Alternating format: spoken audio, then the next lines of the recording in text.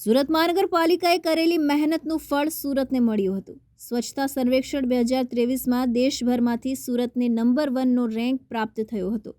દિલ્હી ખાતે યોજાયેલા કાર્યક્રમમાં ઇન્દોર અને સુરત વચ્ચે સ્વચ્છતામાં કાંટાની ટક્કર જોવા મળી હતી, જેમાં સુરત અને ઇન્દોરને સંયુક્ત નંબર 1નો રેન્ક મળ્યો હતો, જેથી સુરતમાં સફાઈ કર્મીઓનું મોં મીઠું કરાવી ઉજવણી કરાઈ હતી। સ્વચ્છ સર્વેક્ષણ 2023માં સુરતનો સ્વચ્છતામાં પ્રથમ ક્રમ આવ્યો હતો। સુરત મહાનગરપાલિકા દ્વારા સુરત શહેરને સ્માર્ટ અને સ્વચ્છ બનાવવા માટે ગ્રીન સુરત ક્લીન સુરતનો મેસેજ સમગ્ર સુરત શહેરમાં ફેલાવ્યો હતો, જેના ફળ સ્વરૂપે સુરત શહેરને સ્વચ્છતામાં પ્રથમ ક્રમ પ્રાપ્ત થયો હતો। છેલ્લા 3 વર્ષની વાત કરીએ તો સુરત સ્વચ્છતામાં બીજા ક્રમે આવતું હતું। ગત વર્ષ સુરત 221 માર્ક માટે થઈને પ્રથમ ક્રમનો ખિતાબ મેળવતા રહી ગયું હતું। જોકે આ વર્ષે સુરત મહાનગરપાલિકાની મહેનત રંગ લાવી હતી અને સુરત શહેરનો સ્વચ્છતામાં પ્રથમ ક્રમ આવ્યો હતો। દિલ્હી ખાતે યોજાયેલા કાર્યક્રમમાં સુરત મહાનગરપાલિકાના કમિશનર તેમજ સુરત શહેરના મેયર દ્વારા રાષ્ટ્રપતિના હસ્તે સર્ટિફિકેટ અને એવોર્ડ સ્વીકારવામાં આવ્યા હતા। આ સમગ્ર કાર્યક્રમનું સુરત મહાનગરપાલિકાના ICCC સેન્ટર ખાતે લાઈવ પ્રસારણ કરવામાં આવ્યું હતું। સુરતનો સ્વચ્છતામાં પ્રથમ ક્રમ આવતા જ કર્મચારીઓ અને પદાધિકારીઓ એકમેકને શુભકામના પાઠવી હતી। સુરત શહેરનો પ્રથમ ક્રમ આવતા જ પાલિકાના સફાઈ કર્મચારીઓનું મોં મીઠું કરાવી શુભકામના પાઠવી હતી। સુરત શહેરને પ્રથમ ક્રમ મળતા શહેરભરમાં ઉત્સાહનો માહોલ જોવા મળ્યો હતો। સુરત મહાનગરપાલિકા દ્વારા રોડ રસ્તાની સફાઈ સ્વીપર મશીન દ્વારા કરવામાં આવી હતી। દિવસમાં 2 વખત 4 લેન રોડ પર સાફ સફાઈ કરવામાં આવે છે। સાથે જ ટેક્સટાઇલ, ડાયમંડ માર્કેટ સહિતના કોમર્શિયલ વિસ્તારમાં મશીનરી પર સાફ સફાઈનો ભાર મૂકવામાં આવ્યો છે। સુરત મહાનગરપાલિકાની કામગીરીને પગલે સુરત શહેરને સ્વચ્છતામાં પ્રથમ પ્રાપ્ત થયો છે, જેથી તમામ લોકોએ સફાઈ કર્મચારીઓનો આભાર માન્યો હતો। નમસ્કાર મિત્રો, આજે સુરત શહેર અને ગુજરાત માટે ખૂબ આનંદનો અને ઐતિહાસિક દિવસ છે। ગુજરાતમાં આદરણીય પ્રધાનમંત્રી શ્રી નરેન્દ્ર મોદી સાહેબે મુખ્યમંત્રી હતા ત્યારથી સ્વચ્છતાનો ખૂબ આગ્રહ કરતા હતા।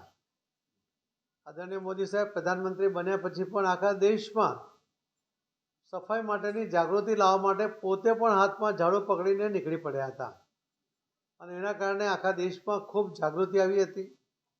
સુરત પણ મોદી સાહેબના શબ્દોમાંથી પ્રેરણા લઈને સતત સફાઈની ઝુંબેશ આદરી હતી।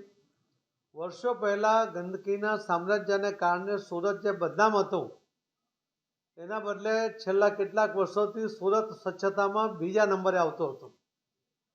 ખૂબ અફસોસ પણ થતો હતો। સુરતના શહેરીજનો, સુરતના કોર્પોરેટરશ્રીઓ, પદાધિકારીઓ, સુરતના અધિકારીઓ, કોર્પોરેશનના અને કર્મચારીઓ અને અન્ય જે સુરતીઓ એ પણ ખૂબ પ્રયત્ન કરતા હતા, છતાં પણ દર વખતે બીજો નંબર આવતો હતો। આ વખતે પણ આદરણીય પ્રધાનમંત્રી શ્રી નરેન્દ્ર મોદી સાહેબ જ્યારે ગુજરાતમાં સુરતમાં ડાયમંડ બુશના લોકાર્પણ માટે આવવાના હતા, એના પહેલાં એમની સૂચના હતી કે 1 અઠવાડિયું સુરતમાં સફાઈ થવી જોઈએ અને એક માઇક્રો સફાઈની આખી ઝુંબેશ કોર્પોરેશનના પદાધિકારીઓ, કોર્પોરેશનના અધિકારીઓ, કર્મચારીઓ સાથે સુરતના શહેરીજનોએ ગલી ગલીમાં જે ઝુંબેશ આદરી, એનું પરિણામ આજે આપણને મળ્યું છે ને આજે પહેલીવાર સુરત સ્વચ્છતામાં પહેલો નંબર પ્રાપ્ત કર્યું છે। એના માટે સુરતના સૌ શહેરીજનોને ખૂબ ખૂબ અભિનંદન આપું છું। સુરત મહાનગરપાલિકાના પદાધિકારીઓને, મેયર, સ્ટેન્ડિંગ કમિટીના ચેરમેન, માજી મેયર, એમના માજી ચેરમેન, એમના સૌ કોર્પોરેટરો, સૌ કમિશનર અને બીજા અધિકારીઓ અને કર્મચારીઓ કે જે કર્મચારીઓની જહેમતને કારણે આ સફાઈ ઝુંબેશ સફળ થઈ છે। સુરતના શહેરીજનોની મદદ અને એમનામાં આવેલી જાગૃતિને કારણે જે એમણે સપોર્ટ કર્યો છે, આ સપોર્ટને કારણે આજે સુરત આ પહેલા નંબરે આવ્યું છે। આપણા માટે ગર્વની વાત છે, આનંદની વાત છે અને ઐતિહાસિક દિવસ એ આપણા માટે છે। અને ગુજરાતનું આ એકમાત્ર શહેર જે 7 સ્ટાર સાથે પહેલા નંબરે આવ્યું છે, તો આ નંબર જાળવવો, આ સ્વચ્છતા જાળવવી, એના માટે જાગૃત રહેવું અને બાકીના લોકોને પણ જાગૃત કરવા, એવી પણ મારી સૌ સુરતીજનોને ખૂબ ખૂબ આગ્રહપૂર્વક વિનંતી પણ છે। અને ગુજરાતના સૌ લોકોને પણ આ સુરતના ઐતિહાસિક આજે જે એને પહેલો નંબર મળ્યો છે એના માટે આપ સૌ પણ પોતપોતાના શહેરોમાં પોતાના ગામમાં આ રીતે સ્વચ્છતાનો આગ્રહ આદરણીય પ્રધાનમંત્રી મોદી સાહેબના જણાવ્યા મુજબ કરશો એવી વિનંતી પણ છે.